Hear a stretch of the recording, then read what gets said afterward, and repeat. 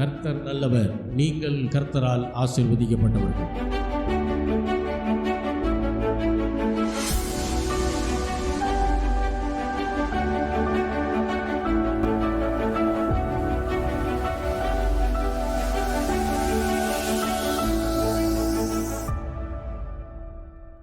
எல்லாரும் கர்த்தருடைய வார்த்தைக்கு நேராய் திரும்புவோம். சங்கீதம் 91 சங்கீதம் 1வது வசனத்தை நம்ம எல்லாரும் வாசிக்கலாம். சங்கீதம் 91:1.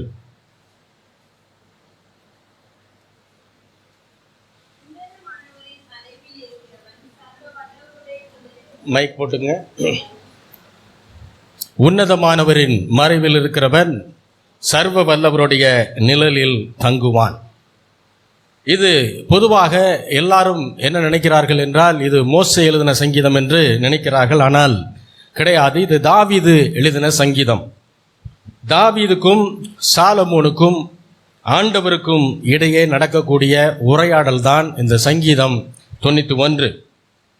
உன்னதமானவர் என்று சொல்லும்போது பழைய ஏற்பாட்டிலே அது ஆண்டவராகிய இயேசு கிறிஸ்துவை குறிக்கிற வார்த்தை. அதையெல்லாம் நாம் முதல்ல அந்த அண்டர்ஸ்டாண்டிங்குள்ளே வந்துடணும். உன்னதமானவர் என்று சொல்லும்போது அது ஆண்டவராகிய இயேசு கிறிஸ்துவை பற்றி குறிக்கிற வார்த்தை. தாவீது தன்னுடைய கடைசி நாட்களிலே, தன்னுடைய கடைசி தருணங்களிலே இந்த சங்கீதத்தை அவர் எழுதுகிறார். தாவீதுடைய கடைசி நாட்கள், சாலமோனுடைய மிக மிக இளம் வயது, அதாவது டீனேஜ். தாவீதுக்கு நிறைய குமாரர்கள் இருக்கிறாங்க. உலக சட்டத்தின்படி மூத்த குமாரன் தான் அரசாட்சிக்கு வரணும். ஆனால் கர்த்தர் சாலமோனை தேர்ந்தெடுக்கிறார். சாலமோன் மூத்த குமாரன் அல்ல. தேவன் சாலமோனை தேர்ந்தெடுத்ததினால தாவீதும் அதற்கு உடன்பட்டு சாலமோனை அரசனாக மாற்ற வேண்டும் என்று விரும்புகிறார். ஆனால் என்ன நடக்குது, பொதுவாக அந்த மாதிரி அவரை கொண்டு வரணும்னு நினைக்கும் போது மற்ற பிள்ளைகள் விடமாட்டாங்க. ஏன்னா பொதுவாக நம்ம உலகத்தில் இன்றைக்கும் கூட பார்க்கலாம், ஒரே ஒரு சொத்து தான் இருக்குன்னா அதுக்கே இருக்கிற எல்லா பிள்ளையும் சண்டைக்கு வரும். ஒரு ராஜா, அந்த ராஜா அவருக்கு அப்புறம் யார் அரசாள வேண்டும் என்பதை தீர்மானிக்கக்கூடிய ஒரு பதவி, ஒரு நேரம். அந்த நேரத்தில் மற்ற பிள்ளைகளெல்லாம் சண்டை போடுறாங்க, தாவீதுக்கு விரோதமாக எழும்புறாங்க, தாவீதை கொலை செய்ய வகை தேடுகிறார்கள். அதுக்கெல்லாம் தப்பி கடைசியில் ஆண்டவர் தெரிந்த அந்த வார்த்தையின்படி சாலமோனுக்கு சில ஆலோசனைகளை தாவீது கொடுக்கிறார். அப்போ தாவீது சாலமோன் கிட்ட பேசுகிறார். இந்த முதல் வசனம் மறுபடியும் வாசிப்போம். சங்கீதம் 91:1. மைக்கில் வாசிங்க. உன்னதமானவரின் மறைவில் இருக்கிறவன் சர்வ வல்லவருடைய நிழலில் தங்குவான். உன்னதமானவருடைய மறைவில் இருக்கிறவன் சர்வ வல்லவருடைய நிழலில் தங்குவான். இதை தாவீது சாலமோன் கிட்ட பேசுறார். உன்னதமானவருடைய மறைவில் இருக்கிறவன் சர்வ வல்லவருடைய, ஏனென்றால் உன்னதமானவர் என்று சொல்லும் போது ஆண்டவராகிய இயேசு கிறிஸ்து. அப்ப இயேசு கிறிஸ்துவனுடைய அந்த இரத்த கோட்டைக்குள்ளாக மறைக்கப்பட்டிருக்கிறவன் எவனோ அவன் சர்வ வல்லவராகிய பிதாவினுடைய நிழலில் பாதுகாப்பிலே தங்கக்கூடிய மனிதனாய் இருக்கிறான் என்பதை தான் அங்கே அவர் குறிப்பிடுகிறார். பழைய ஏற்பாட்டிலே ஆண்டவர் இயேசு கிறிஸ்துவை பற்றின பெரிய வெளிப்பாடுகளை பெற்றவர் தாவீது தான். அவர் தான் அதிகமான வெளிப்பாடுகளை பெற்ற ஒரு மனிதனாய் இருக்கிறார் மற்ற எல்லாரை காட்டிலும். மற்ற எல்லாரும் ஆண்டவருக்கு கீழ்ப்படிஞ்சிருந்தாங்க. அநேக தீர்க்கதரிசிகள் எழும்பினாங்க. எலியா தீர்க்கதரிசியாக இருக்கலாம், மற்றவர்களாக இருக்கலாம், எல்லாரும் எழும்பினார்கள். ஆனால் யார் ஆண்டவராக இயேசு கிறிஸ்துவை, அவர் இயேசு கிறிஸ்துன்ற பேர் தான் தெரியாதே தவிர அவரை குறித்ததான வெளிப்பாட்டை அதிகமாக பெற்ற மனிதன் யாருன்னா தாவீது தான். தாவீதுக்கு அந்த ஒரு கிருபையை தேவன் கொடுத்திருந்தார். இப்போ தாவீது தன்னுடைய குமாரனாகிய சாலமோனுக்கு அவர் ஒரு சில ஆசீர்வாதங்களை, அதற்கு முன்பாக 2வது வசனத்தை வாசிக்கலாம். சங்கீதம் 91:2. நான் கர்த்தரை நோக்கி நீர் என் அடைக்கலம், என் கோட்டை, என் தேவன், நான் நம்பியிருக்கிறவர் என்று சொல்லுவேன். இப்போ முதல் வசனத்தை தாவீது சாலமோன் கிட்ட பேசுறார். புரியுதுங்களா? உன்னதமானவருடைய மறைவில் இருக்கிறவன் சர்வ வல்லவருடைய நிழலில் தங்குவான் என்று தாவீது சாலமோன் கிட்ட பேசுறாரு. இப்ப சாலமோனுக்கு பதில் சொல்றாரு, நான் கர்த்தரை நோக்கி என்ன சொல்லுவேன், நீர் என் அடைக்கலம், நீர் என் கோட்டை, என் தேவன், நான் நம்பி இருக்கவர் என்று சொல்லுவேன் என்று சாலமோன் தாவீதுக்கு ரிப்ளை கொடுக்கிறார். இதை சொன்னதுக்கு அப்புறம் தாவீது சாலமோனுக்கு சில ஆசீர்வாதங்களை அவர் பேசுகிறார். அதுதான் 3வது வசனத்திலிருந்து 13ஆம் வசனம் வரை. யாராவது ஒருவர் வாசிக்கலாம்? சங்கீதம் 91 3 13 வசனங்கள்.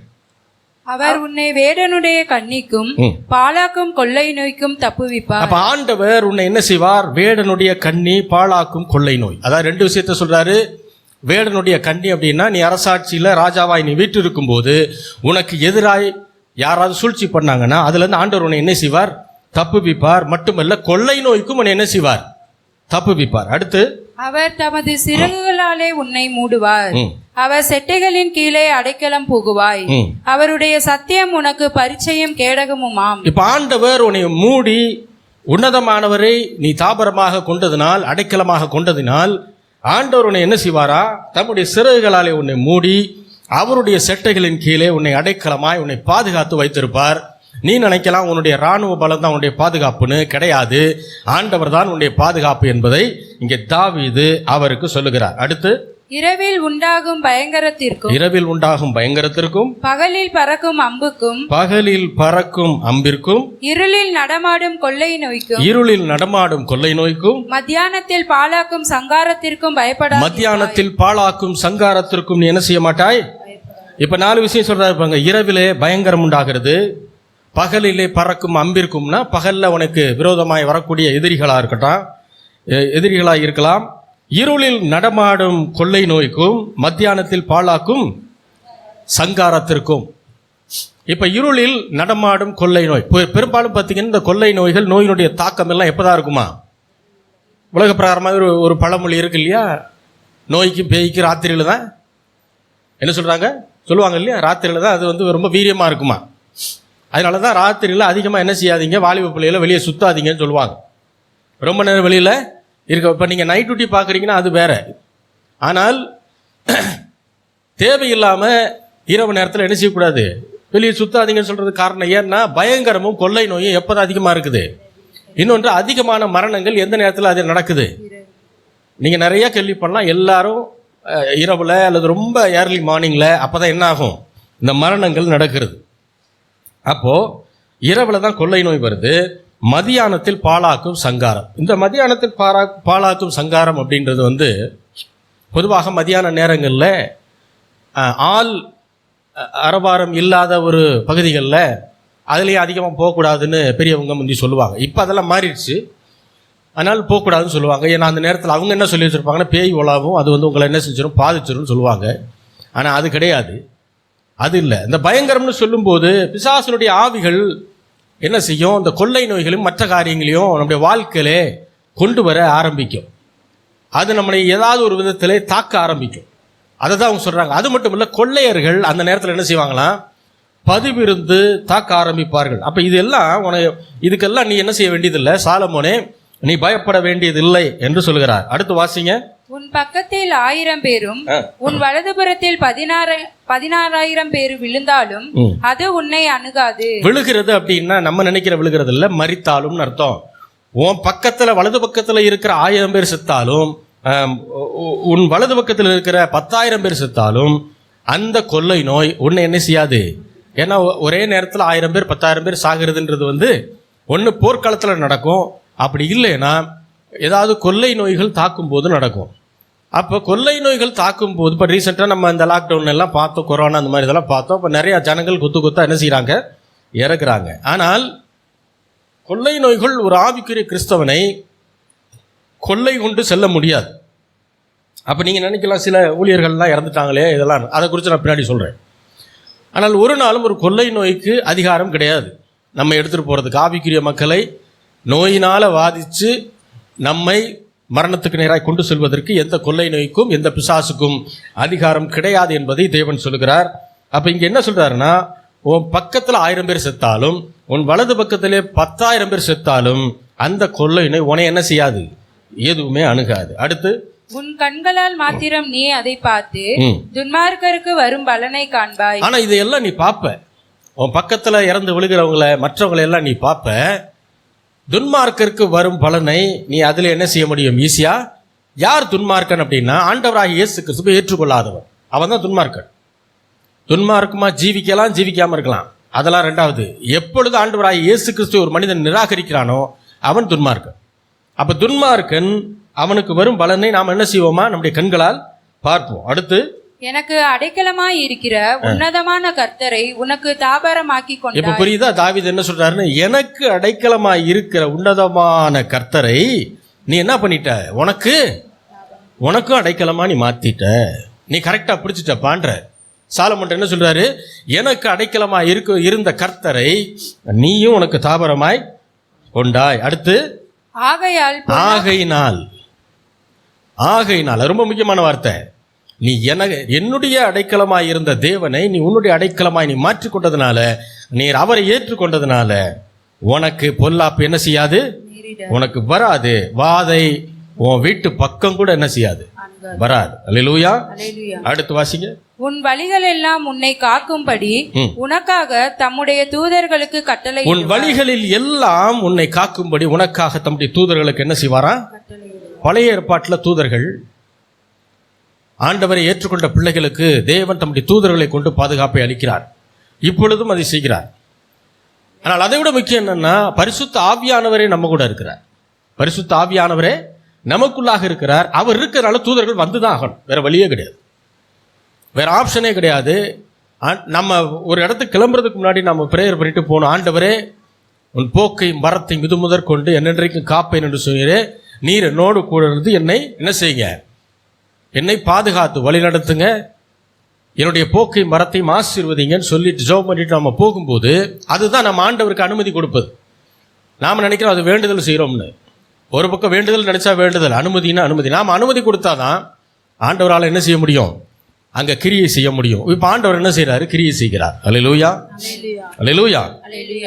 அப்போ உன் வழிகளில் எல்லாம் உன்னை காக்கும்படி உனக்காக தம்முடைய தூதர்களுக்கு என்ன செய்கிறாரா, கட்டளை எடுக்கிறார். அடுத்து வாசிப்போம்.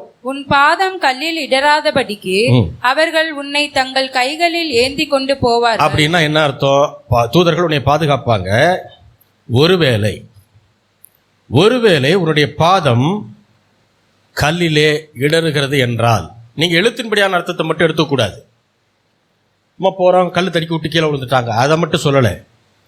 ஒருவேளை நம்முடைய குறைவுனால, நம்முடைய பலவீனத்தினால எதையாவது ஒரு ஆண்டவருக்கு பிரியமில்லாத காரியத்தை செய்து ஒரு பாவமான ரூட்ல நம்ம ரூட் எடுத்து போகும்போது அவர் என்ன செய்வாரா, தூதர்கள் உன்னை தங்களுடைய கரங்களில் என்ன செய்வார்களா, அவர்கள் ஏந்தி கொண்டு போவார்கள். அவங்க என்ன செய்வாங்க, ஏந்தி கொண்டு போவார்கள். அல்லேலூயா. பாருங்க எவ்வளவு பெரிய ஆசீர்வாதத்தை தாவீது சாலமோனுக்கு பேசுறாரு பாருங்க. அடுத்து வாசிங்க.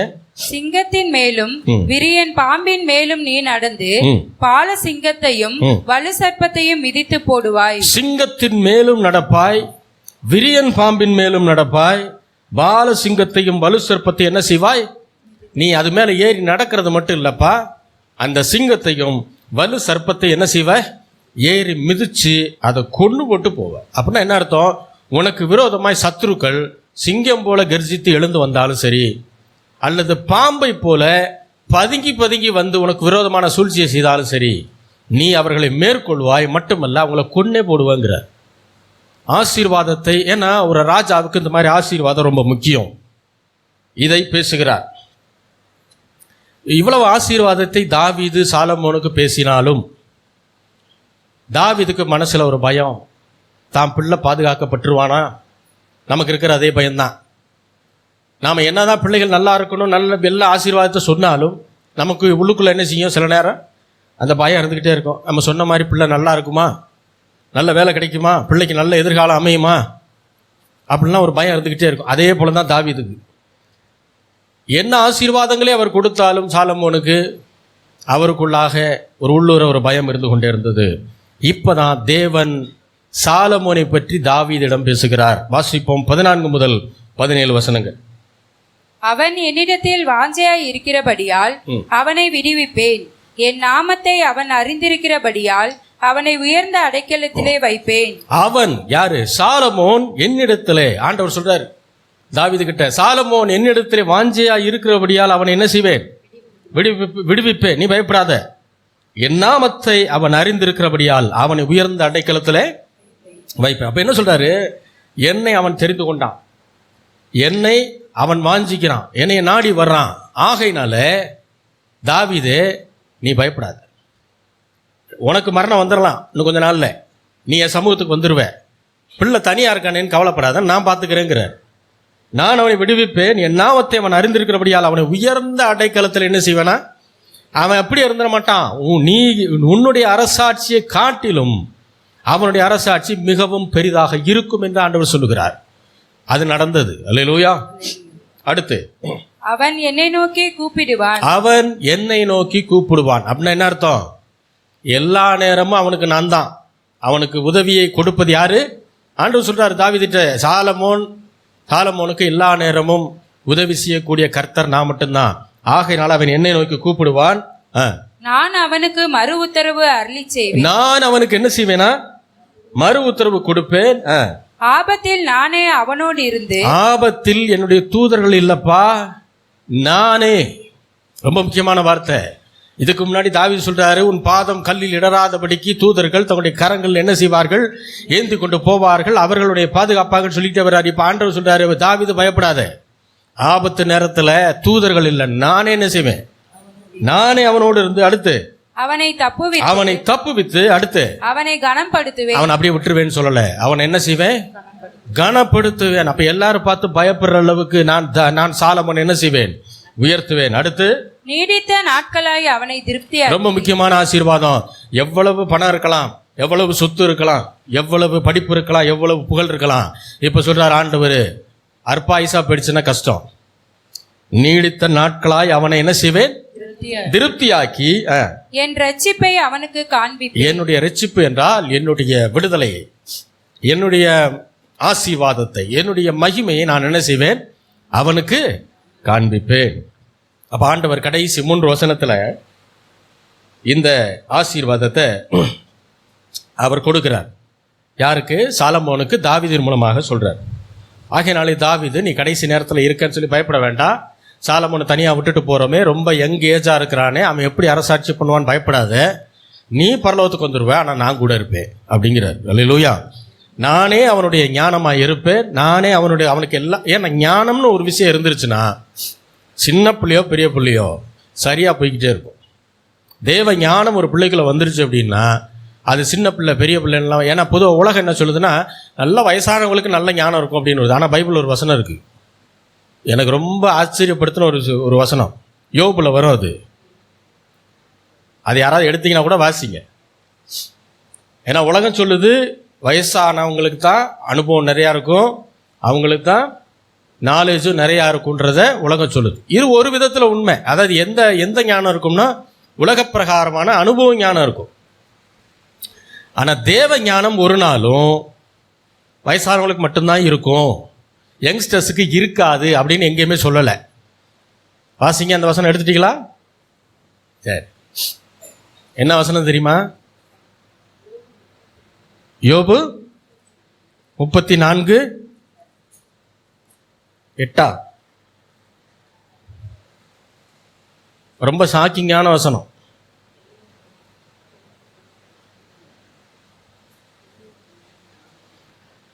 பெரியோர்கள் எல்லாம் ஞானிகள் அல்ல, முதியோர்கள் எல்லாம் அறிவில் சிறந்தவர்களும் அல்ல. இது எதில் வருது? நம்ம வேதாகமத்தில் வருது. ஆகையினால ஒன்று நல்லா புரிஞ்சுக்கணும். இதை யோபுவே சொல்லுவார். யோபு 32:9 யாராவது வாசிங்க. பெரியோர்கள் எல்லாம் ஞானிகள் அல்ல, முதியோர்கள் எல்லாம் நீதியை. இது உண்மை பாருங்க. அதாவது இதுக்கு அர்த்தம் என்னன்னா, எல்லா பெரியவர்களும் ஞானிகள் அல்ல, எல்லா முதியவர்களும் நீதியை அறிந்தவர்கள் இல்லை. யார் ஆண்டவரை ஏற்றுக்கொண்டிருக்கிறார்களோ அவர்களுக்கு தான் அந்த ஞானம், தேவ ஞானம். அவர்களுக்கு தான் தேவ நீதினா என்னன்னு தெரியும், மற்றவர்களுக்கு அது தெரியாது. அவர்களுக்கு உலக ஞானம் தெரியும், உலக நீதி தெரியும். உலகத்தில் ஜெயிக்கணும்னா, உலகத்தில் வெற்றியை பெறணும்னா உலக ஞானம் இருக்கணுமா, தேவ ஞானம் இருக்கணுமா? தேவ ஞானமா? கரெக்டா? உலக ஞானம் தேவையில்லையா? அப்போ தேவ ஞானம் இருந்தா போதுமா?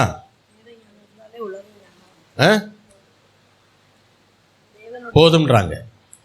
அதுதான் உண்மை. ஏன் தெரியுமா? உலகத்தில் வெற்றி அடைந்த மனிதர்களை நீங்கள் கவனிக்கும் போது அவர்கள் சில காரியங்களை உங்களுக்கு சொல்லித் தருவாங்க.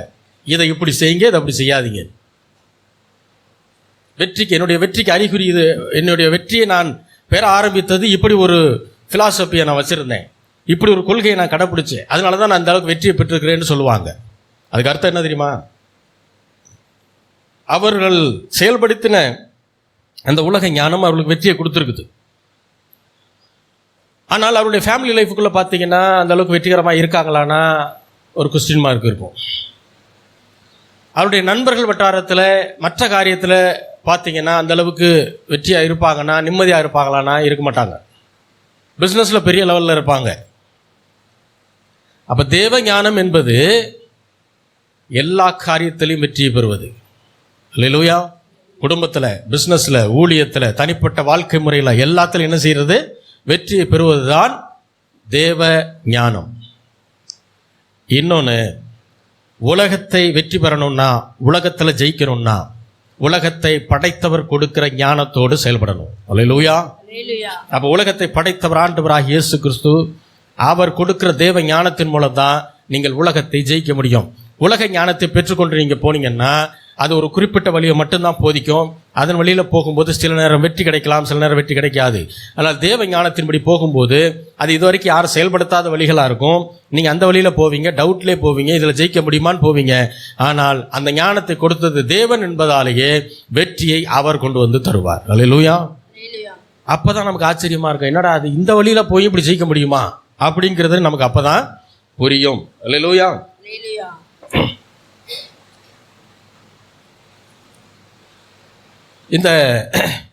இந்த அதிகாரத்தில் இந்த 6வது வசனத்தை மறுபடியும் வாசிக்கலாம். சங்கீதம் 91:6. இருளில் நடமாடும் கொள்ளை நோய்க்கும் மத்தியானத்தில் பாழாக்கும் சங்காரத்திற்கும் பயப்படாதிருப்பாய். இருளில் நடமாடும் கொள்ளை நோய். அப்போ கொள்ளை நோய்னு இங்கே வர்றதுன்னா அப்படின்னா தாவீதின் காலத்தில் கொள்ளை நோய் எப்படி இருந்தது, எப்படி வந்தது வாசிக்கலாம். 2 சாமுவேல்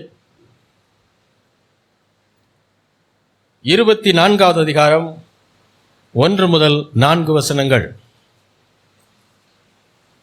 2 சாமுவேல் 24 1 முதல் 4 வசனங்கள். கர்த்தருடைய கோபம் திரும்ப இஸ்ரவேலின் மேல் மூண்டது. இஸ்ரவேல் யூதா என்பவர்களை இலக்கம் பார் என்று அவர்களுக்கு விரோதமாய் சொல்லுகிறதற்கு தாவீது ஏவப்பட்டான்.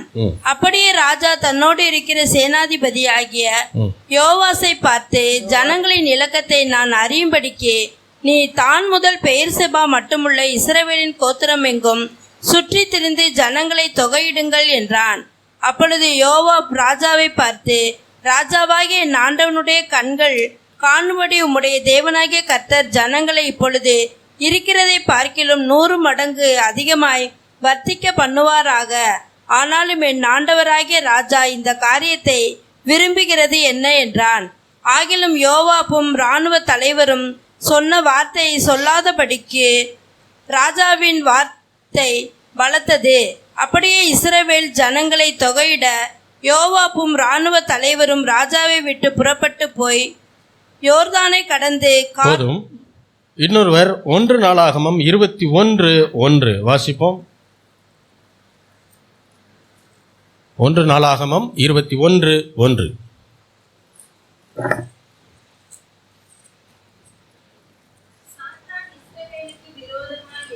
சாத்தான் இஸ்ரவேலுக்கு விரோதமாய் எழும்பினான். இஸ்ரவேலரை தொகையிடுவதற்கு தாவீதை என்ன செய்தான்? ஏவினான். வேதத்தில் முதலாக சாத்தான் என்கிற வார்த்தை இங்கே தான் வருது. இதுதான் ஃபர்ஸ்ட் வரக்கூடிய இடம், சாத்தான்னு வரும்.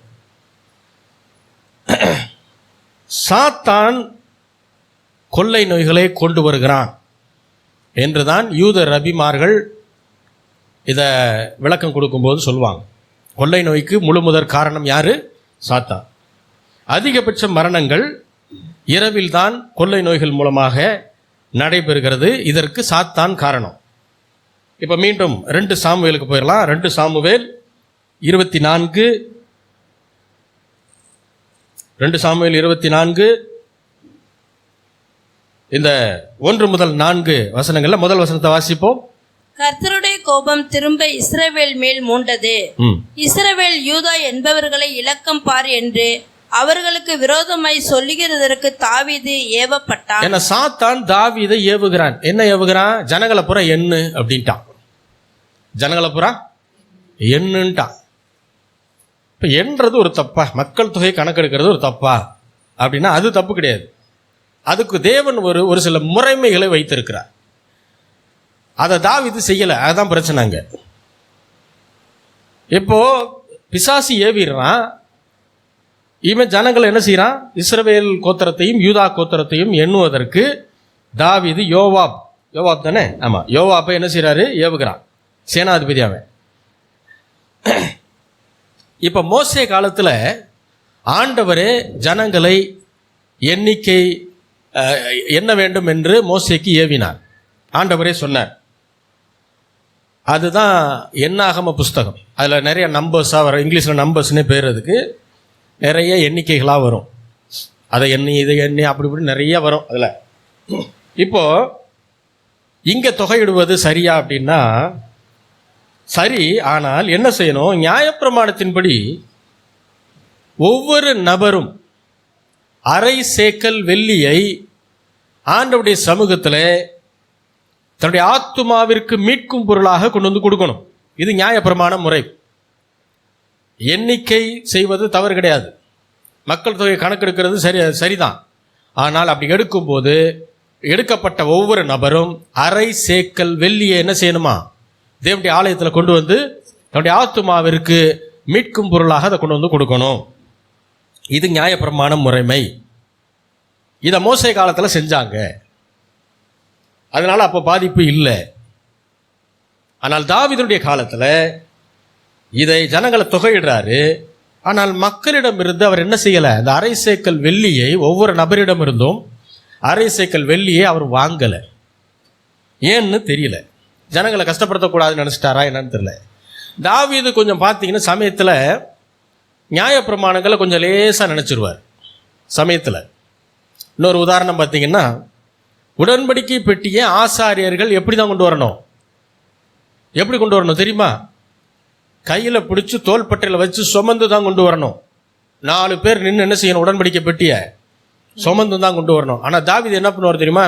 நான் உடன்படிக்கை பெட்டிக்கு இன்னும் பெரிய மரியாதை செய்கிறேன்னு சொல்லி ஒரு மாட்டு வண்டியை பிடிச்சி மாட்டு வண்டியில் அதை டெக்கரேட் பண்ணி அதில் உடன்படிக்கை பெட்டியை வச்சு கொண்டு வருவார். இது சுய வழிகள், தேவன் காட்டின வழிகள் அல்ல. அப்போ தேவன் சொன்ன வழிக்கு விரோதமாக அவர் செய்யும் போது என்ன ஆகும்? ஒரு இடத்துல கல்லில் அந்த மாட்டு வண்டி ஏறி தடம் புரண்டு உடன்படிக்கை பெட்டி கீழே விழுந்துடும். உடன்படிக்கை பெட்டி கீழே விழுக போகுதுன்னு ஒருத்தன் போய் என்ன செய்வான்? அதை பிடிக்க போவான். தேவன் அவனை அடிப்பார், அவன் செத்துருவான். ஏன் நம்ம வேற யாரும் உடன்படிக்கை பெட்டியை தொடக்கூடாது. இப்போ ஏன் ஆண்டவர் இது தாவீதுக்கே கொஞ்சம் கஷ்டமாயிரும். ஆண்டவர் மேலே கொஞ்சம் ஒரு மாதிரி கோவப்பட்டுக்கிட்டு போயிடுவான். என்ன ஆண்டவரே, நாங்கள் இது நல்ல விஷயம் நினச்சி செஞ்சோம். ஆண்டவர் சொல்கிறாரு, நான் என்ன சொன்னனோ சொன்ன மாதிரி செய். உன் இஷ்டத்துக்கு என்ன செய்யாத, உன்ட்ட டெக்கரேஷன் கேட்டேன் நானுங்கிறார். இப்படி தாவீது பல நேரங்களில் என்ன செய்கிறாரு? நியாயப்பிரமாணங்களை சில நேரங்களில் அவர் கொஞ்சம் லேசாக நினச்சிடுறாரு. ஜனங்களிடம் ஒவ்வொரு நபரிடமும் அரை சேக்கல் வெள்ளியை வாங்க அவர் தவறி விடுகிறார். இதை செய்யாததுனால கொள்ளை நோய் ஜனங்களை வந்து பிடிக்க ஆரம்பிக்கிறது. அப்போ தேவையில்லாத காரியத்தை பிசாசானவன் நினைப்பூட்டி தேவையான செய்ய வேண்டிய பிரமாணங்களை நிறைவேற்ற விடாமல் செய்கிறவனுக்கு பேர் தான் பிசாசு. நல்லா புரிஞ்சுக்கணும். எதெல்லாம் நம்ம கண்டிப்பாக செய்யணுமோ அதை செய்ய விடாமல் தேவையில்லாத காரியத்தை ஞாபகப்படுத்தி அதை செய்ய வைப்பான். இது குடும்பத்தில் நடக்கும். நம்ம தான் என்ன செய்யணும்? ரொம்ப விழிப்பாக, ரொம்ப அலர்ட்டாக இருக்கணும்.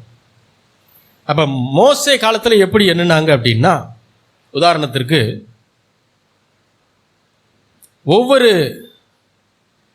ஒவ்வொரு நபரையாக தலையை வந்து அவங்க கவுண்ட் பண்ணலை. அவங்க எப்படி எண்ணினாங்க அப்படின்னா, யாரெல்லாம் அரை சேக்கல் வெள்ளியை மீட்கும் பொருளாக கொடுத்துருக்கிறார்களோ அவங்க மட்டும் கை தூக்குங்கன்ட்டாங்க. அப்போ அவங்க ஃபுல்லாக கை தூக்குறோன்னே அவங்கள மட்டும்தான் கால்குலேட் பண்ணாங்க. இப்போ அரை சேக்கல் வெள்ளியை கொடுக்காதவன் அதுக்குள்ள என்ன செஞ்சிருவான், படக்குன்னு கொண்டு வந்து கொடுத்துட்டு அவனுங்க தூக்கி நின்றுவான். ஏன்னா 30 லட்சம் ஜனங்கள். அப்போ யாரெல்லாம் மீட்கும் பொருளாக அரை சேக்கல் வெள்ளியை ஆண்டவருடைய சமூகத்தில் கொடுத்திருக்கிறார்களோ அவர்கள் மட்டும்தான் எண்ணப்பட வேண்டும்.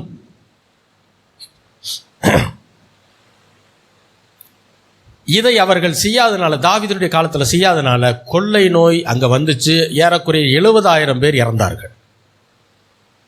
ஆனா மோசே காலத்துல தேவன் சொன்ன வார்த்தைக்கு கீழ்ப்படிஞ்சு அவங்க என்ன செஞ்சாங்க, மீட்கும் பொருளை கொடுத்தாங்க. மீட்கும் பொருளை கொடுத்தவர்களை மட்டும்தான் எண்ணுனாங்க. அப்படி எண்ணும்போது அங்கே கொள்ளை நோய் வரவில்லை. அப்ப நல்லா புரிஞ்சுக்கணும், மீட்கப்பட்டவர்களாக இருக்கும்போது மட்டும்தான் நாம் கொள்ளை நோய்க்கு தப்பிக்க முடியும். நோய் வேற, கொள்ளை நோய் வேற. நோயின்றது வரும், வந்த மாதிரி போயிடும். கொள்ளை நோய் அப்படின்னா கொள்ளை அடிக்கிறது மாதிரி நம்ம உயிரை என்ன செஞ்சிடும், கொள்ளை அடித்து கொண்டு போகும். அப்போ யூதர்களாக இருந்தால் பத்தாது, ஒரு கோத்திரமாக இருந்தால் பத்தாது, மீட்கப்பட்டவர்களாய் அவர்கள் இருக்க வேண்டும் என்பதை தேவன் விரும்புகிறார். அப்பதான் கொள்ளை நோய்க்கு நாம் என்ன செய்ய முடியும், தப்பிக்க முடியும். இன்றைக்கும் அப்படிதான். அப்போ உன் பக்கத்தில் 1000 பேர் மரித்தாலும், உன் வலது பக்கத்தில் 10,000 பேர் மரித்தாலும் அது உன்னை அணுகாது. ஏன்னா இது மீட்கப்பட்டவர்களுடைய ஆசீர்வாதம். அல்லேலூயா.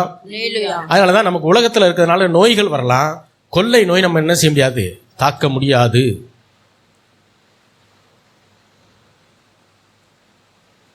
இப்போ ஒரே நாளில் 70,000 பேர் மரிக்கிறார்கள் கொள்ளை நோயினால.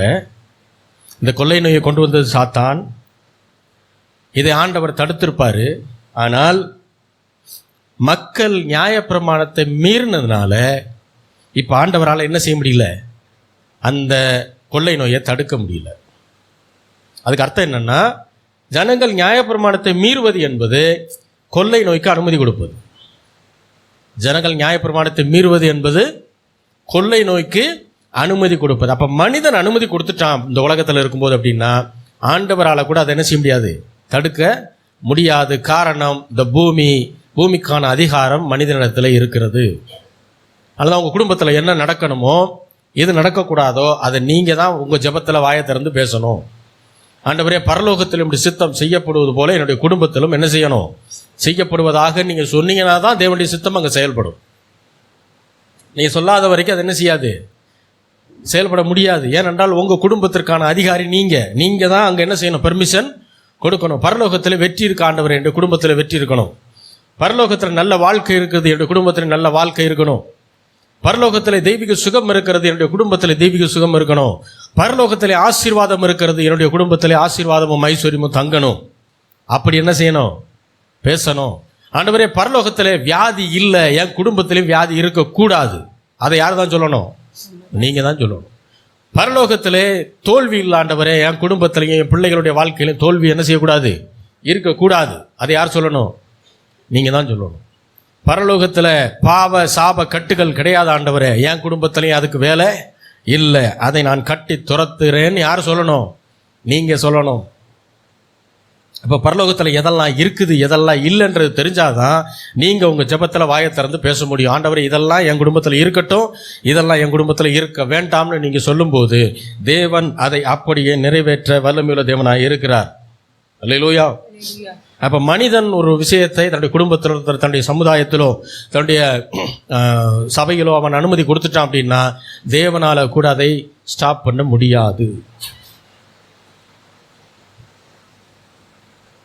இப்போ ஆண்டவர் தாவீது கிட்ட 3 ஆப்ஷனை கொடுக்குறார்.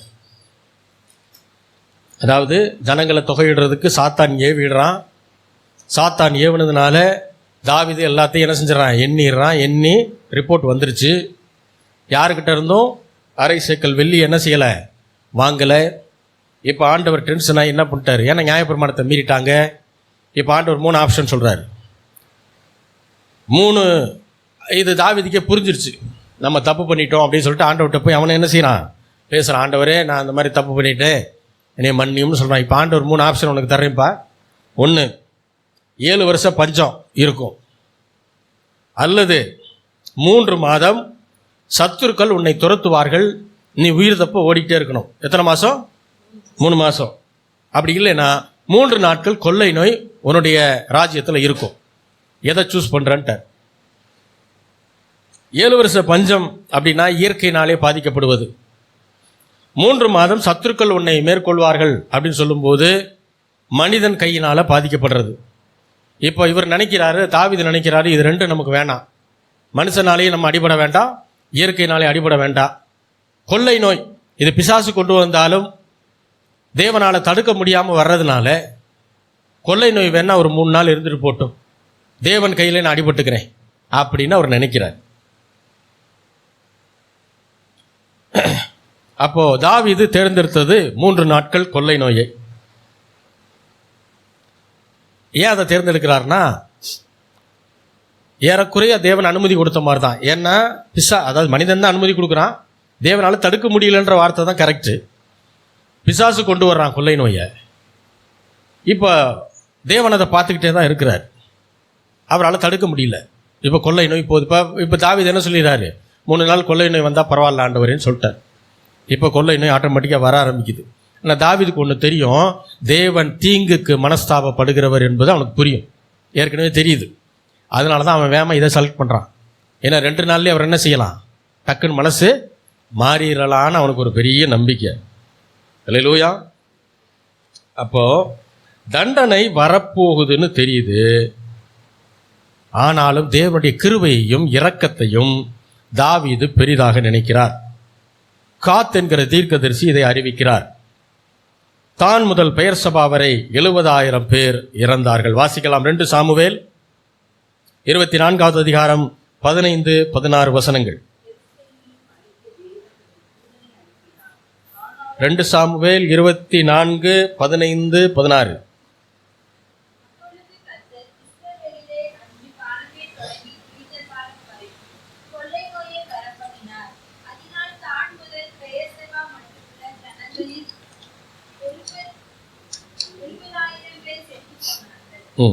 அடுத்த வசனம்.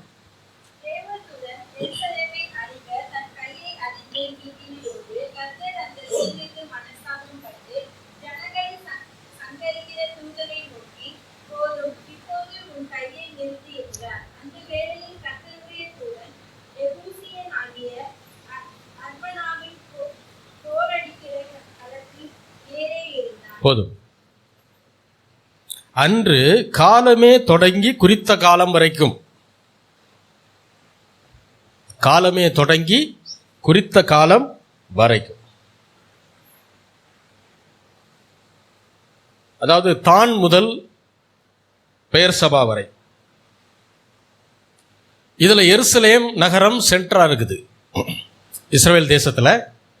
தான் இப்போ நம்ம சொல்கிறோம்ல, காஷ்மீர் முதல் கன்னியாகுமரி வரை, அது மாதிரி தான் முதல் தான் என்கிற இடத்துல இருந்து பெயர்சபா வரைக்கும் இஸ்ரவேல் தேசம், அதில் எருசலேம் சென்டராக வருது. இப்போ 15வது வசனம் சொல்லுது, அன்று காலமே தொடங்கி குறித்த காலம் வரைக்கும் கொள்ளை நோயை வரப்பண்ணினார், அதனாலே தான் முதல் பெயர்சபா மட்டுமுள்ள ஜனங்களில் 70,000 பேர் செத்து போனார்கள்னு 15வது வசனத்தில் வந்துருச்சு. இப்போ 16வது வசனத்தில் தேவதூதன் எருசலேமை அழிக்க தன் கையை அதன் மேல் நீட்டின போது அப்படின்னு ஒரு வார்த்தை வருது, ஒரு சென்டென்ஸ். எருசலேம் சென்டரா இருக்குது.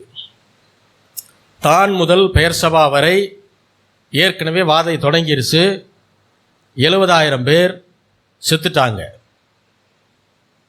இப்ப மறுபடியும் 16வது வசனத்தில் என்ன வருது, தேவதூதன் எருசலேமை அழிப்பதற்கு தன் கையை அதன் மேல் நீட்டினான் என்று. இந்த தூதன் யாருன்னா சங்கார தூதன் சொல்லுவோம். தூதர்கள்ல நிறைய பேர் இருக்கிறாங்க. இப்ப சங்கார தூதன் அழிப்பதற்கென்றே தேவன் வைத்திருக்கிற ஒரு தூதன். இப்போ இஸ்ரவேல் தேசத்தின் மேல வாதை வரட்டும், கொள்ளை நோய் வரட்டும்னு சங்கார தூதன் தன்னுடைய கையை நீட்டியாச்சுன்னா டோட்டலா தேசம் முழுக்க தான் அந்த பிரச்சனை வரணும், எல்லாருக்கும் அந்த வாதை வரணும். ஆனா ஸ்பெசிபிக்கா தனியா இங்க என்ன சொல்றாரு, தேவதூதன் எருசலேமே அழிப்பதற்காக தன் கையை நீட்டினார் அப்படின்னு சொல்லும் போதே ஒண்ணு நல்லா தெரிஞ்சுக்கணும், தான் முதல் பெயர்சபா வரை ஜனங்கள் கொள்ளை நோயினால் பிடிக்கப்பட்டு செத்து விழுறாங்க. எருசலேம்ல ஒருத்தர் கூட சாகல. தேசத்துல சென்டரா இருக்கக்கூடிய எருசலேம்ல யாரும் என்ன செய்யல, சாகல. அது வரைக்கும் அதனால தான் தூதன் எருசலேமை அழிப்பதற்காக தன் கையை அதன் மேல் மறுபடியும் நீட்டுறார். ஏன் இவ்வளவு நேரம் ஆச்சு? மற்ற இடத்துல எல்லாம் வாதை தொடங்கிருச்சு, அழிக்கப்படுது. ஆனால் எருசலேம்ல வாதை என்ன செய்யலை, ஆரம்பிக்கலை. என்ன காரணம்? எபிரேய மொழியில் இருக்கக்கூடிய பைபிளில் ஒரு வெர்சன் என்ன அப்படின்னா டார்கூன் என்று சொல்லக்கூடிய ஒரு வெர்சன், TARGUN GUM, டார்கம் என்று சொல்லக்கூடிய ஒரு மொழிபெயர்ப்பு. அது எப்படின்னா ஹீப்ரூல இருந்து அராமிக் மொழியில் அதை வந்து மொழிபெயர்ப்பு செய்து எழுதியிருக்கிறார். அதாவது அந்த காலத்தில் தேவாலயத்தில் எபிரேய மொழியையும் தேவாலயத்திற்கு வெளியில் அராமிக் என்கிற மொழியையும் பேசினார்கள். நம்முடைய ஆண்டவர் லாமா ஏல் லாமா சபக்தானின்னு பேசினார் இல்லையா, அது அராமிக் வேர்டு. அது இப்போ ஆண்டவர் அதுதான் பேசுகிறார். தேவாலயத்திற்குள்ள எபிரேய மொழியையும் தேவாலயத்திற்கு வெளியே அராமிக் பாஷையும் தான் இப்போ பேசுகிறாங்க.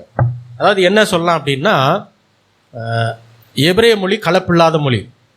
இந்த அராமிக் மொழி என்பது எபிரேய மொழி, லத்தீன் மொழி இதெல்லாம் கலந்த ஒரு கலவைன்னு சொல்கிறாங்க. உதாரணத்துக்கு நம்முடைய சவுத் சைடு போனீங்கன்னா, நாகர்கோயில், கன்னியாகுமரி சைட்லாம் போனீங்கன்னா அவங்களும் தமிழ் தான் பேசுவாங்க. ஆனால் அந்த தமிழில் என்ன இருக்கும், எது அதிகமாக கலந்துருக்கும்? மலையாளம் அதிகமாக கலந்துருக்கும். கும்மிடிப்பூண்டி சைடு போனீங்கன்னா தமிழ் தான் பேசுவாங்க. தமிழில் என்ன இருக்கும், என்ன அதிகமாக இருக்கும்? தெலுங்கு அதிகமாக இருக்கும். பெங்களூர் சைடு போனீங்கன்னா அல்லது ஓசூர் சைடு போங்க, தமிழ் தான் பேசுவாங்க. ஆனால் தமிழில் எது அதிகமாக இருக்கும்? கன்னடம் அதிகமாக இருக்கும். ஆமாவான்னு கேட்பாங்க. அப்படின்னு என்னது ஆமாவான்னா தெரியுமா? பெங்களூர்காரவங்க கன்னடத்துக்காரவங்க தமிழ் பேசுனாங்கன்னா அப்படி தான் பேசுவாங்க. ஆமாவா அப்படின்னா என்ன அர்த்தம்? அப்படியான்னு அர்த்தம். அது அவங்க தமிழ். அப்போது இந்த மாதிரி பார்டர்களில் போகும்போது அந்த மொழி இன்னொரு மொழியோடு என்ன செய்யுது, கலந்து பேசுகிறாங்க. அப்படி தான் எபிரேய மொழியும் மற்ற மொழிகளும் கலந்த ஒரு கலவை தான் இந்த அராமிக் பாஷை மொழி. இந்த மொழிபெயர்ப்பில் எழுதப்பட்ட அந்த டார்கம் என்கிற பைபிளில் இந்த காலமே தொடங்கி குறித்த காலம் வரைக்கும் அப்படின்னு இருக்கு இல்லையா, அதற்கான விளக்கம் என்ன சொல்கிறாங்க அப்படின்னா, பலி அடிக்கப்பட்ட நேரத்திலிருந்து அது எரிந்து முடிகிற நேரம் வரை. எல்லாரும் சொல்லுவோம், பலி அடிக்கப்பட்ட நேரத்திலிருந்து அது எரிந்து முடிகிற நேரம் வரைக்கும். அதுதான் காலமே தொடங்கி குறித்த காலம் வரை. இது ஏறக்குறைய 3 மணி நேரம் நடக்குமா? எவ்வளோ நேரம்? 3 மணி நேரம். பாண்டவர் வந்து சிலுவையில் தன்னுடைய ஜீவனை விடும்போது 9ஆம் மணி முதல் அந்த அந்தகாரம் இருந்துச்சு அப்படிலாம் வருது இல்லையா, அது ஏறக்குறைய நம்ம நேரம் வந்து 9ஆம் மணி நேரம், அவங்களுக்கு வந்து 3ஆம் மணி வேலை அப்படின்னு வரும். இப்போ ஏன் எருசலேமில் வாதை தொடங்கவில்லை? இஸ்ரவேல் தேசத்தில் தான் முதல் பெயர்சபா வரைக்கும் வாதைகள் தொடங்குகிறது, ஜனங்கள் செத்து விழுகிறாங்க. ஆனால் எருசலேமில் வாதை தொடங்கவில்லை. காரணம் என்ன என்றால், எருசலேமிலே தேவாலயத்தில், ஏன்னா சாலமோன் காலம் இல்லையா, தாவீதுடைய காலம், தேவாலயத்துக்கு முன்னாடி ஆசரிப்பு கூடாரம் இருக்குது, எல்லாம் பெர்ஃபெக்டாக நடக்கிற காலகட்டம் அது. மோசேக்கு அப்புறம் மோசே யோசுவா காலகட்டத்துக்கு அப்புறம் ரொம்ப பெர்ஃபெக்டாக ஆண்டவருடைய தொழுகை நடந்த காலகட்டம் எதுனா இதுதான் தாவீதுடைய காலம், சாலமோனுடைய காலம். இப்போ முதல் பலி தேவாலயத்தில் அல்லது ஆசரிப்பு கூடாரத்தில் முதல் பலி 9ஆம் மணி வேலையில், நம்ம நேரத்துக்கு சொல்கிறேன், காலை 9 மணிக்கு முதல் பலி செலுத்தப்பட்டு அந்த ரத்தம் சிந்தப்படுது. அந்த பலி அதுக்கப்புறம் என்ன செய்யும், அது தகனிக்கப்படும், அது எரிக்கப்படும். இந்த முதல் பலி எரிந்து முடிகிறதுக்கு 3 மணி நேரம் ஆகும். இந்த 3 மணி நேரமும் எருசலேமில் வாதை தொடங்கவே இல்லை. காரணம், தேவன் அந்த சுகந்த வாசனை, அந்த புகை எழும்புது, பலி எரிஞ்சு என்ன செய்யுது, அந்த புகை எழும்பும்போது எருசலேமில் வாதையை ஆரம்பிக்க முடியல. தேவதூதன் வர்றான், தான்ல ஆரம்பிச்சு வாதையை கொண்டு வந்துக்கிட்டே இருக்கிறான். எருசலேமில் பார்த்தா சுகந்த வாசனை, புகை சூளை எழும்பி கொண்டே இருக்கிறது. இப்போ வேற வழி இல்லை, அதை தாண்டி என்ன செய்யறான், அடுத்து பெயர்சபா வரைக்கும் போயிடுறான். அங்கே எல்லா வாதை ஆரம்பிச்சுக்கிட்டே இருக்கு. இந்த பலி எரிந்து முடித்த பின்பு தான் சங்கார தூதன் எருசலேமின் மீது தன்னுடைய கையை என்ன செய்யறான்? இப்போ மறுபடியும் நீட்ட ஆரம்பிக்கிறான். நீ நல்லா ஒரு விஷயத்தை புரிஞ்சுக்கணும். ஆண்டவரே சங்கார தூதனுக்கு அதிகாரத்தை கொடுத்து அனுப்புறாரு. என்ன அனுப்புறாரு? போய் வாதையை கொடுத்துரு அப்படின்னு. ஏன்னா தாவீது அனுமதி கொடுத்துட்டான், வாதையை அனுப்புன்னு சொல்லிட்டாரு. ஆனால் தேவாலயத்தில் எழும்பின அந்த பலி தேவனுடைய வார்த்தையை பெற்று அங்கே வந்த சங்கார தூதனை நிறுத்துது. சங்கார தூதன் வந்து தேவனுடைய வார்த்தையை பெற்றுக்கொண்டு தான் வர்றான். அவன் பிசாசனுடைய ஆளுகைக்கு கீழே வரல. தேவன் தான் சொல்றாரு போய் அழிச்சிட்டு வான்ட்டாரு. அந்த வார்த்தை, அந்த உத்தரவை எடுத்துக்கொண்டு வருகிற சங்கார தூதன் எருசலேமின் மீது கையை நீட்டணும்னு வர்றான். ஆனால் அங்கே ஏற்கனவே ஒரு மரணம் நிகழ்ந்து விட்டது. ஏற்கனவே ஒரு மிருகம் அங்கே கொல்லப்பட்டு என்ன செய்திருக்கிறது? ரத்தம் சிந்தப்பட்டிருக்கிறது. அந்த பலி இப்பொழுது எரிக்கப்பட்டு அந்த புகை மேலே வந்துட்டு இருக்குது. அப்போ இதை பார்த்த உடனே சங்கார தூதனால எருசலேமின் மீது வாதை என்ன செய்ய முடியல? வாதை ஆரம்பிக்க முடியவில்லை. ஏனென்றால் பலி செலுத்துவது எதற்கடையாளம் என்றால், ஒருத்தர் செய்த பாவத்திற்கு பதிலாக இன்னொருத்தர் மரிப்பது, அதான் பலி. அப்ப இவருடைய பாவத்திலிருந்து இவரை விடுவிக்க வேண்டும் என்றால் இன்னொருவர் என்ன செய்கிறார்? அங்க மரிக்கிறார். இன்னொரு மிருகம் அங்க மரிக்கிறது. அப்போ அது மரிக்கும் போது இவர் பாவம் இல்லாதவராய் எண்ணப்படுகிறார். இவர் மீட்கப்பட்டவராக மாறுகிறார். இவர் விடுதலையாக்கப்பட்டவராக மாறுகிறார். அப்ப மீட்கப்பட்டவர்களாய் இருக்கிற இடத்துல கொள்ளை நோய் ஒரு நாளும் என்ன செய்ய முடியாது? அணுகவே முடியாது. பலி எரிந்து கொண்டிருக்கும் போது கொள்ளை நோய் எருசலேமை தாக்க முடியவில்லை. சிலுவையில் ஆண்டவராகிய இயேசு கிறிஸ்து நமக்காக பலியாக அவர் மாறினார். எத்தனை பேர் அதை நம்புறீங்க? அதனால தான் நம்ம இன்னைக்கு ஆடு மாடுகளை பலி செலுத்துறது கிடையாது. ஆண்டவராகிய இயேசு கிறிஸ்து ஒரே பலியாக, கிருபாதார பலியாக அவர் சிலுவையிலே நமக்காக அவர் பலியானார். நம்முடைய பாவங்களை ஏற்றுக்கொண்டார், நம்முடைய சாபங்களை ஏற்றுக்கொண்டார், நம்முடைய வியாதிகளை ஏற்றுக்கொண்டார், நம்முடைய தரித்திரங்களை அவர் ஏற்றுக்கொண்டு உலக மனிதன் செய்த ஒட்டுமொத்த பாவங்கள், இனிமே பறக்க போறவன், பிறந்தவன், செத்து போனவன், அத்தனை பேருடைய ஒட்டுமொத்த பாவத்தையும் பிதா அவருடைய தலைமையில் வைத்து அவரை பாவமாக்கி அவரை சிலுவையிலே, கல்வாரி சிலுவையிலே பலியாக மாற்றினார். அவர் உங்களுக்காகவும் எனக்காகவும் தன்னுடைய பரிசுத்த இரத்தத்தை சிந்தினார். அதன் விளைவு நீங்களும் நானும் அவருடைய இரத்தத்தினாலே கழுவப்பட்டு மீட்கப்பட்டவர்களாய் இன்றைக்கு மாறி இருக்கிறோம். அல்லேலூயா. ஒரு மிருகத்தினுடைய இரத்தமே சங்கார தூதன் கொண்டு வருகிற வாதையை நிறுத்த முடியும்னா, பரிசுத்தமான தேவன் உங்களுக்காகவும் எனக்காகவும் சிந்தி இருக்கிற அந்த இரத்தம் நமக்கு விரோதமாக எழும்புகிற எந்த ஆயுதமாக இருந்தாலும் முறித்து போட்டுரும். அல்லேலூயா. அதுதான் நமக்கு இருக்கக்கூடிய இன்னைக்கு மிகப்பெரிய ஸ்லாக்கியம், பாக்கியம். அவர்தான் ஒரே பலி, மெய்யான பலி, கிருபாதார பலி. இன்றைக்கும் ஆண்டவராகிய இயேசு கிறிஸ்து பரலோகத்திலே பிதாவுக்கு வலது பக்க சேரில் உட்கார்ந்துக்கிட்டு நமக்காக பரிந்து பேசி கொண்டிருக்கிறார். நாம நினைக்கிறோம் நான் ஜெபம் பண்ணதுனால எனக்கு எல்லாம் நடந்துருச்சுன்னு. இல்லை, உங்க ஜெபத்தில் என் ஜெபத்தில் 1000 தப்பு இருக்குது, 1000 குறைகள் இருக்குது. ஆனால் அந்த ஜெபத்தை பூரா ஆண்டவராகிய இயேசு கிறிஸ்து வாங்கி அதை ஃபுல்லாக கரெக்ஷன் பண்ணி அவர் என்ன செய்கிறாரு? பிதா கிட்ட கரெக்டாக பெர்ஃபெக்டாக கொண்டு போய் சேர்க்கிறார். அதுக்கு பேர் தான் பரிந்து பேசுதல். அல்லேலூயா. அதனால தான் ஒரு நாளும் நம்முடைய ஜெபத்தை நாம் என்ன செய்யக்கூடாது? பெருசாக பேசக்கூடாது. ஜெபிக்கிறது நல்லது, ஆனால் ஜெபம் நம்முடைய பெருமையாக மாறக்கூடாது. தேவன் தான் நம்முடைய பெருமை. அல்லேலூயா. ஆண்டவருடைய வார்த்தை தான் எல்லாவற்றை காட்டிலும் மேலானது. அதை தான் நாம் உணரணும், அதை தான் நம்ம மேன்மையாக நினைக்கணும். நம்முடைய கிரியைகளாக இருக்கக்கூடிய ஜபத்தையோ உபவாசத்தையோ மற்ற ஊழியத்தின் காரியங்களையோ நாம் செய்யக்கூடிய நல்ல செயல்களையோ ஒரு நாளும் பெருமையாக என்ன செய்யக்கூடாது? நாம் நினைக்கவும் கூடாது, அதை பேசவும் கூடாது. அதெல்லாம் ஆண்டவர் செஞ்ச காரியத்துக்கு முன்பாக கால் தூசுக்கு சமம். அவர் கல்வாரி சிலுவையில் செஞ்ச காரியத்தை விட இதெல்லாம் பெருசாது? அதெல்லாம் கிடையாது. நான் ஊழியத்துக்காக 1000 அடி வாங்கியிருக்கலாம், என் ரத்தம் சிந்திருக்கலாம், என் ரத்த சாட்சியாக கூட மறிச்சிருக்கலாம். அதெல்லாம் இங்கே பெரிய விஷயம் அல்ல.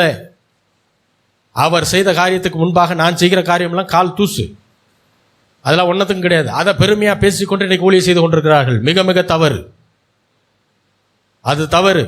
உங்களுக்கு 1000 அனுபவம் இருக்கலாம், எனக்கு 1000 அனுபவம் இருக்கலாம். அனுபவத்தெல்லாம் தூக்கி என்ன செஞ்சுருங்க, ஒரு ஓரமாக வைங்க. அனுபவஸ்தர்கள் பின்னாடி போனீங்கன்னா மாட்டிக்கிடுவீங்க. தேவனுடைய வார்த்தையின் பின்னாடி போகணும். அல்லேலூயா, அல்லேலூயா. அப்போ பலிகள் இருக்கிற இடத்துல கொள்ளை நோய் என்ன செய்ய முடியாது, வந்து உங்களை தாக்க முடியாது. நாம் சிலுவையை தியானிக்க தியானிக்க வாதையோ கொள்ளை நோயோ நம்ம என்ன செய்ய முடியாது, மேற்கொள்ளவே முடியாது. சிலுவையை உயர்த்த உயர்த்த உயர்த்த கொள்ளை நோய் ஆட்டோமேட்டிக்காக என்ன செய்யும், தன்னுடைய வல்லமையை இழக்க ஆரம்பிக்கும். உங்ககிட்ட, மற்றவங்ககிட்ட அது பவர்லாம் காட்டும், ரசிக்கப்படாதவங்கள்ட்ட. உங்ககிட்ட என்ன செய்ய முடியாது. அதுதான் நான் சொன்னேன், கொரோனா வைரஸே தாக்குனாலும் மற்றவர்களுக்கு ஏற்படக்கூடிய அறிகுறிகள் நமக்கு ஏற்படாது. அதை நான் விசுவாசத்தில் சொன்னேன். ஏன் ஏற்படாது? அது ஒரு நாள் என்ன செய்யாது, நம்மை மேற்கொள்ள முடியாது. அது ஒரு நாளும் நம்முடைய ஜீவனை கொள்ளை கொண்டு செல்லவே முடியாது. இந்த உலகத்தில் எவ்வளோ பெரிய வைரஸாக இருக்கட்டும், நாளைக்கு இதை விட இன்னும் பெரிய வைரஸ் வரலாம், நோய்கள் வரலாம். அது கூட நம்மளை என்ன செய்ய முடியாது, நம்முடைய உயிரை பறித்து கொண்டு போக முடியாது. யார் வீட்டில் ஸ்தோத்திர பலி இருக்குதோ, யார் வீட்டில் ஜெபம் என்கிற தூபவர்க்கம் எரிந்து கொண்டிருக்கிறதோ, யார் வீட்டில் வேத வாசிப்பு என்கிற தேவனோட நேரத்தை செலவு பண்ணுகிற காரியம் அதிகமாக இருக்குதோ, யார் எல்லா நேரமும் ஆண்டவருடைய சிலுவையும் ஆண்டவரையும் உயர்த்தி கொண்டிருக்கிறார்களோ, அவர்களை ஒரு நாளும் எந்த கொள்ளையினும் என்ன செய்ய முடியாது, அணுகவே முடியாது, வெற்றி பெற முடியாது. அல்லேலூயா. அப்போ சத்துருடைய சகல வல்லமைகளும் உங்களுடைய எல்லைகளிலிருந்து என்ன செய்யும், துரத்தப்படும். நீங்கள் சிலுவை உயர்த்தும் போது உங்கள் எல்லைக்குள்ளேயே அது வர முடியாது. அது நல்லா புரிஞ்சுக்குங்க. ஆண்டவரால் அதிகாரம் பெற்ற சங்கார தூதனே வர முடியாதுன்னா பிசாசு எப்படி வருவான்? யோசிச்சு பாருங்க. சங்கார தூதனே வந்து உங்ககிட்ட வேலை செய்ய முடியாதுங்க. இத்தனைக்கு ஆண்டவர்கிட்ட அனுமதி வாங்கணுமே. அதுதான் தூதனுக்கும் பிள்ளைக்கும் உள்ள வித்தியாசம். தூதன் சொல்றதை செய்கிற பணிவிடை ஆவிகள். பிள்ளை வந்து அப்பாவுடைய வாரிசு. பிள்ளைக்கு சுயாதீனமாய் சிந்திக்கக்கூடிய ஆற்றல் உண்டு. தேவனுடைய தூதர்கள் தேவன் என்ன சொல்றாரோ அதை மட்டும்தான் செய்வாங்க. பிள்ளை சமயத்தில் தேவனுக்கு பிடிக்காத காரியத்தை கூட செஞ்சிடும். ஆனால் ஆண்டுடைய பார்வையில் யார் வசத்தினா, தூதர்கள் நம்ம காட்ட பலசாலிகளாக இருப்பாங்க, உயரமாக இருப்பாங்க, எல்லாம் இருக்கும். ஆனால் அவர்கள் சுயமாக சிந்தித்து என்ன செய்ய முடியாது, எந்த காரியத்தை செய்ய முடியாது. தேவன் என்ன சொல்லுகிறாரோ அதை மட்டும் தான் செய்ய முடியும். ஆனால் நீங்களும் நானும் தேவனுடைய தன்மையில் உண்டாக்கப்பட்டவர்கள், தேவனுடைய சாயலில் உண்டாக்கப்பட்டவர்கள். தேவன் என்னெல்லாம் செய்கிறாரோ அதை நாமளும் செய்ய முடியும், அதுக்கு மேலேயும் செய்ய முடியும்னு நான் சொல்லலை, அவரே சொல்லிட்டு போனார். என்னை விசுவாசிக்கிறவன் நான் செய்கிற காரியத்தையும் செய்வான், அதுக்கு மேலேயும். இப்படி ஒரு கடவுளை எங்கேயாவது பார்த்துருக்கீங்களா? கடவுள்னா அவர் தான் எல்லாத்துக்கும் சுப்பீரியராக இருக்கணும். என்னை விசுவாசிச்சின்னா நான் செஞ்சதை நீ செய்வேன்னு சொல்கிற வரைக்கும் சரி, எனக்கு மேலேயும் செய்வேன்னா என்ன அர்த்தம்? அதுதான் தேவனுடைய வார்த்தை, தேவனுடைய வல்லமை. அதான் பிள்ளைக்கான அதிகாரம். அப்போ தேவனால் அதிகாரம் பெற்ற சங்கார தூதனே நினைச்சாலும் உங்கள் வீட்டில் பலிகள் இருக்குது அப்படின்னா, நீங்கள் ஆண்டவரை உயர்த்தி கொண்டிருக்கிறீங்க அப்படின்னா, கொள்ளை நோய் உங்கள் வீட்டை என்ன செய்ய முடியாது, அணுகவே முடியாது. அல்லேலூயா. 2 சாமுவேல் 24வது அதிகாரம் 25வது வசனம். அங்கே தாவீது கர்த்தருக்கு ஒரு பலிபீடத்தை கட்டி சர்வாங்க தகன பலிகளையும் சமாதான பலிகளையும் செலுத்தினான். அப்பொழுது கர்த்தர் தேசத்துக்காக செய்யப்பட்ட வேண்டுதலை கேட்டறினார். இஸ்ரவேலின் மேலிருந்த அந்த வாதை நிறுத்தப்பட்டது. தாவீது கர்த்தருக்கென்று ஒரு பலிபீடத்தை கட்டினார். அதுக்கப்புறம் என்ன செஞ்சாராம்? சர்வாங்க தகன பலின்னு வருதா, பலிகள்னு வருதா? பலிகளையும். அப்படின்னா நிறைய மிருகங்கள் என்ன செய்யப்பட்டது, அடிக்கப்பட்டது. அடுத்து சமாதான பலின்னு வரல, பலிகள். ஏன்னா இஸ்ரவேல் தேசம் முழுக்க வாதை பரவிடுச்சு. 70,000 பேர் செத்து விழுறாங்க. இப்பதான் தாவீதுக்கு புரியுது, இதை நிறுத்தணும்னா என்ன செய்யணும்? பலி செலுத்தணும். அப்புறம்தான் தாவீது என்ன பண்றாரு? வேக வேகமாக பலிபீடத்தை கட்டி எல்லாம் என்ன செய்ய, பலிகள் செலுத்துறது அப்படின்னா ஒவ்வொன்றா இல்லைங்க, பல பலிபீடங்களை கட்டி கொண்டு வந்து அடிச்சுக்கிட்டே இருக்காங்க. பலிகள் செலுத்தப்பட்டு கொண்டிருக்கிறது. இப்போ எத்தனை பலி இங்கே செலுத்தப்படுதோ அத்தனை வாதை அங்கே நிறுத்தப்படுது. அல்லேலூயா. அப்பொழுது கர்த்தர் தேசத்திற்காக செய்யப்பட்ட வேண்டுதல்களை கேட்டருளினார். இஸ்ரவேலின் மேலிருந்த அந்த வாதம் என்ன செய்யப்பட்டதா? நிறுத்தப்பட்டது. அப்ப நியாயப்பிரமாணத்தை மீறும் போது எவ்வளவு பிரச்சனை வருது பாருங்க. மீறினது தாவீது, தண்டனை ஒட்டுமொத்த ஜனங்களுக்கும் வந்துச்சு. ஆண்டவர் நியாயப்பிரமாணத்தை எவ்வளவு சீரியஸா பார்க்கிறாருன்னு பார்க்கணும். அதனால ஆண்டவர் சொன்னாரு, நியாயப்பிரமாணத்தை ஒழிப்பதற்கல்ல அதை நிறைவேற்றுவதற்கே வந்தேன்னார். அடுத்து அவர் நிறைவேற்றினதுனால இப்ப நாம அதை தனிப்பட்ட முறையில் போய் நிறைவேற்ற வேண்டிய அவசியம் இல்லை. அவரை விசுவாசிச்சா போதும், விசுவாசத்தினால் நீதிமான் பிழைப்பான். ஏன்னா ஆண்டவர் தெளிவா பவுல் சொல்றாரு, நியாயப்பிரமாணத்தின் கிரியைகளினாலே எந்த ஒரு மனிதனும் நீதிமான் ஆக்கப்படுகிறது இல்லை.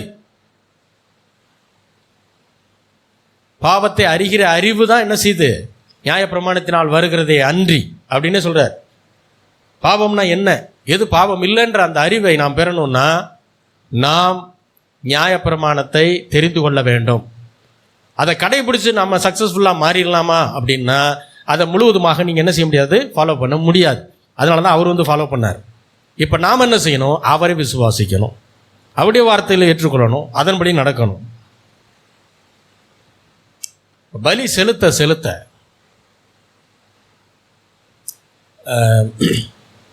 ஸ்தோத்திர பலின்னு சொல்கிறோம். ஆங்கிலத்தில் தேங்க்ஸ் கிவிங்னே வரும், அதாவது நன்றி பலின்னு வரும். இன்றைக்கு இருக்கக்கூடிய பலிகள் அதை சொல்கிறேன், ஸ்தோத்திர பலி, நன்றி பலி. ஸ்தோத்திரம்னாலே நன்றி செலுத்துறது. இன்னைக்கு இருக்கிற சூழ்நிலை நல்லா இருக்கலாம், மோசமாக இருக்கலாம், அதை நினச்சிக்கிட்டு இல்லை. இதுக்கு முன்னாடி தேவன் நமக்கு என்னெல்லாம் நன்மைகளை செய்திருக்கிறாரோ அதை யோசித்து ஆண்டவருக்கு என்ன செய்கிறோம்? நன்றி செலுத்தி கொண்டு, ஆண்டவரே இப்படி ஒரு சூழ்நிலை என்னை விடுவித்தீங்க, நன்றி. இதுவரை வழி நடத்தினீர், அதற்காக நமக்கு நன்றி. என் பிள்ளைகளை பாதுகாத்திருக்கிறீர், அதற்காக நமக்கு நன்றி. பிள்ளைகளுக்கு நல்ல ஞானத்தை கொடுத்துருக்கீங்க, அதற்காக நன்றி. பிள்ளைகளுடைய பொருளாதார தேவைகளை சந்தித்திருக்கிறீர், அதற்காக நமக்கு நன்றி. இன்னும் இருக்கக்கூடிய பொருளாதார சிக்கல்களை நீர் எனக்கு உதவி செய்து தீர்க்கப் போகிறீர், அதற்காக நமக்கு நன்றி. நன்றி பலிகள் வாயில வந்துக்கிட்டே இருக்கணும். எந்த வீட்டில் இது வருதோ அங்கே கொள்ளை நோய்க்கு இடம் கிடையாது. சில வீடுகளில் ஓயாமல் சுகவீனமாக போயிட்டு ஓயாமல் எதுக்கெடுத்தாலும் உடம்பு முடியாமல் எதுக்கெடுத்தாலும் அதுக்கு காரணங்கள். அதில் ஒரு காரணம், வீட்டில் ஆண்டவரோட நேரத்தை செலவு செய்கிறது இல்லை. அதுதான் அங்கே பிரச்சனை. என்றைக்கு ஆண்டவரோடு அந்த குடும்ப தலைவனும் தலைவியும் உட்கார்ந்து நேரத்தை செலவு செய்கிறீர்களோ அன்றைக்கு உங்கள் வீட்டை சுற்றி இருக்கக்கூடிய கொள்ளை நோயினுடைய தாக்கம் என்ன செய்ய ஆரம்பிக்கும்? அது உங்களை விட்டு போக ஆரம்பிக்கும். அடுத்த பலி காணிக்கை தசமபாக பலி. அது உங்கள் எல்லாருக்கும் தெரியும், அதை பற்றி விளக்க வேண்டியதில்லை. இதில் தசமபாகம்னு சொல்லும்போது வெறும் பணம் மட்டுமல்ல, நேரம். உங்கள் நேரத்தில் நீங்கள் ஆண்டவருக்கு தசமபாகத்தை செலுத்தணும். 24 மணி நேரத்தில் 2 மணி நேரம் 40 நிமிஷம் ஆண்டவருடைய சமூகத்தில் உட்காரணும். அட்லீஸ்ட் 1 மணி நேரமாவது ஒரு நாளைக்கு என்ன செய்யணும்? ஆண்டவர் சொன்னது போல அவர் சமூகத்தில் உட்காரணும். வேத வாசிப்பு, ஜெபம், நல்ல செய்திகளை கேட்கறது, இந்த மாதிரி காரியங்களில் ஈடுபடணும். அடுத்து ஜெபம் என்கிற பலி. ஜெபத்தை தூப வர்க்கத்தோடு நாம் ஆவிக்குரிய அர்த்தம் தூப வர்க்கம். ஒரு பலி செலுத்தி எரியும் போது அந்த புகை எழும்புது இல்லையா, அதுதான் தூப வர்க்கம்னு சொல்லுவோம். அந்த தூப வர்க்கம் ஜெபத்தோடு தொடர்புடையது. அப்போ ஜெபம் இருக்கணும் வீட்டில். எல்லாருக்கும் தெரிகிற மாதிரி ஜெபம் பண்ணணுன்றத கட்டாயம் இல்லை. அட்லீஸ்ட் நீங்கள் தனியாக இருக்கும் உங்கள் மனதுக்குள்ளே நீங்கள் ஆண்டவரோடு என்ன செய்யணும்? ஆண்டவரோடு பேசுவதுக்கு பேர் தான் ஜெபம். சிலர் ஜெபம்னாலே அழுகிறதுன்னு நினைக்கிறாங்க. இல்லை, அழுகிறது இல்லை. அழுகிறது வேற, பேசுறது வேற, கத்துறது வேற, ஜெபிக்கிறது வேற, கேட்கறது வேற, எல்லாமே வேற வேற. அப்போ ஜெபம் என்பது ஆண்டவருடைய சமூகத்தில் உட்கார்ந்து ஆண்டவரோடு பேசுவது. ஜெபம் என்கிற பலி இருக்கணும். வேத வாசிப்பு என்கிற பலி இருக்கணும். இதுதான் இன்றைக்கு இருக்கக்கூடிய பலி. இன்னைக்கு நம்ம காளையவோ ஆட்டுக்கடாவையோ புறாவையோ கொண்டு போய் பலி செலுத்த வேண்டிய அவசியம் இல்லை. நம்முடைய ஆண்டவராகிய இயேசு கிறிஸ்து ஒரே பலியாக, கிருபாதார பலியாக கல்வாரி சிலுவையிலே அவர் மரித்திருக்கிறார். அல்லேலூயா.